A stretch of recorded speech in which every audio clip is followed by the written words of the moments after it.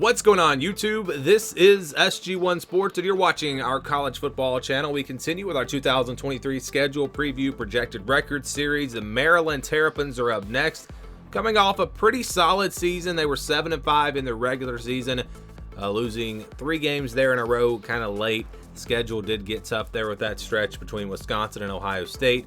They had Michigan and Purdue in there as well, but they were able to beat Michigan State, Indiana, Northwestern, Rutgers, and again have a pretty solid season.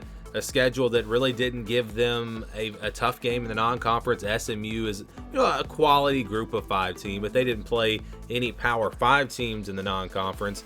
And then you look at who they played out of the West. They did play the champ off from that side, Purdue, also Wisconsin and Northwestern. Didn't have to play Illinois, so it was a pretty favorable schedule. Michigan State wound up being a lot worse than I think most people expected. Northwestern was pretty bad and worse than I think a lot of people expected. But let's look ahead to 2023 now. Their non-conference schedule will be Towson, Charlotte, and Virginia. And then out of the West, this time they'll play Illinois. They'll play Northwestern on the road and also Nebraska on the road. So they'll have 2 games against Western Division opponents on the road, meaning they will have 5 conference games on the road, 4 conference games at home. So we go game by game. They'll start with that first one against Towson on September the 2nd, Charlotte on the 9th, and then Virginia on September 16th. So a pretty easy non-conference schedule. Again, they do play a Power 5 team in Virginia, but Virginia, they're a mess right now. This is a team that was not very good last year. Of course, you had the tragedy and all of that as well, but you got a bunch of players that transferred out of there, and so this team is not expected to be very good this year. So a pretty easy non-conference schedule. They'll play Michigan State to open up conference play on September 23rd. That'll be a road game. Indiana at home, then a road game against Ohio State. Illinois at home after that. Then it's Northwestern on the road on October 28th after a bye week, so their bye week comes after Illinois. Then they'll play Penn State on November 4th. And, really, the Big Ten did it to them again. It gave them a very tough stretch. 3 games there towards the end of the season with Penn State, Nebraska, and Michigan. Very similar to last year's schedule. They'll play Nebraska there on the 11th on the road. Then it's Michigan on November 18th at home, and they'll close things out with Rutgers on the road. So, again, this schedule is not terrible. The non-conference really not tough, like I said. And then you look at who they play out of the West. They don't play Wisconsin or Iowa. Northwestern, maybe the worst team on that side. Illinois, Nebraska could be pretty tough opponents out of the West. But overall, schedule's not very tough. They do have the 5 road games this time, 4 games at home, and just a tough stretch there between Penn State and Michigan. That would be that's the worst part of the schedule, is that stretch from Penn State to Michigan. But the rest of it really not that bad. So we're going to do a projection now. I'll give you a projected record here for Maryland. Last year, our projection had them at 6-6. I personally picked them to go 6-6. They beat that. They went 7-5. I thought Michigan State was going to be much better, so perhaps, if they had been better, that would have made the schedule a little bit tougher.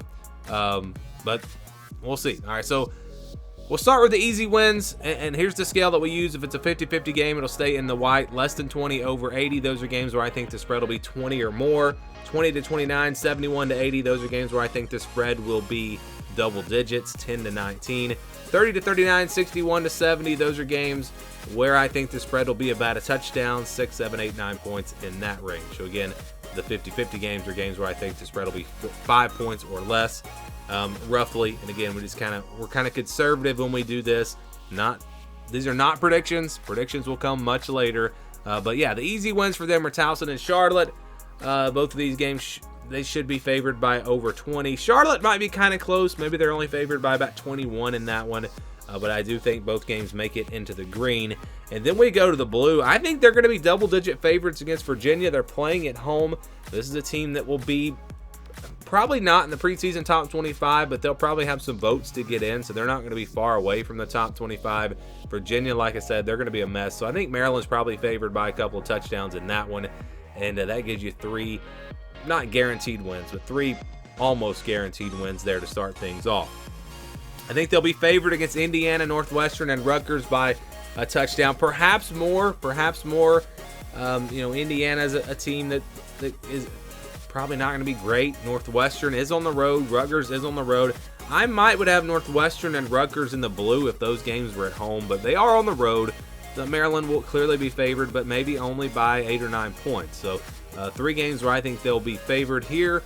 Gives them 6 games overall where I think they will be clear favorites. So if you win those games, you're already at 6 wins. Then we get into the rest of the schedule here. Ohio State and Michigan, I think you can almost go ahead and count those as losses. They're going to be double-digit underdogs in both of those games. Ohio State on the road will be very, very tough. Michigan is going to be tough. This is going to be one of the more talented teams in the country, probably top 3 or 4 again. And so, yeah, you can almost count those as losses, Ohio State and Michigan.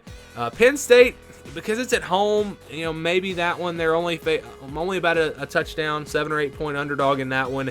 It should be in the orange. Penn State's a little bit of a mystery. Are they in that top tier with Ohio State and Michigan, or are they just a bit below them? Hard to say right now. But the game's at home, and that's enough for me to put this one barely into the yellow, but it's very close to being in the orange. It's a game that Maryland, I think, will have a chance in, and maybe they pull off a big upset. They'll clearly be an underdog in that game. And then you got Michigan State, Illinois, and Nebraska. These are the 50-50 games. Michigan State was not very good last year, but this one is on the road. That's going to make this one pretty tough, probably. But I think Maryland will be favored. Probably favored against Illinois as well because it's at home. Nebraska is really a toss-up and another team that we don't know too much about. Don't really know how good they're going to be. I would probably right now say that Nebraska is going to be favored in that game by a field goal, but it's going to be close. And so, yeah, Michigan State, Illinois, those are games where they'll be favored, meaning they should be favored in 8 of their 12 games. 8 of their 12 games, so they have a chance to have a pretty solid season. It feels like Maryland is that 4th best team in the East behind the big 3, but you never know. Michigan State has surprised in the past. I'm not too as concerned about Indiana or Rutgers if I'm Maryland, but let's do the projection here. So we count the games in the green and the blue as wins. We count Ohio State and Michigan as losses. Use 35% for the yellow, 65% for the purple, and 50% for the white. And then we average all of that out. And you do that, and you get a projection of 7-5. So 7-5 is the projected record for Maryland. So let's say they do win those easy ones. They lose to Michigan and Ohio State. And let's just go ahead and say they lose to Penn State. There's 3 losses right there. And then between Michigan State, Illinois, and then maybe one of those purple games, they lose a couple more. So yeah, 7-5 I think is very fair, but I think this team could get to 8-4, maybe even 9-3. To get to 9-3, they would have to win all these 50-50 games, Michigan State, Illinois, and Nebraska. Going to be tough. So I think 8-4 is a really good goal. I think that would be a really good season for Maryland, but 7-5 would be solid. And again, 7-5 is the projection for Maryland in 2023.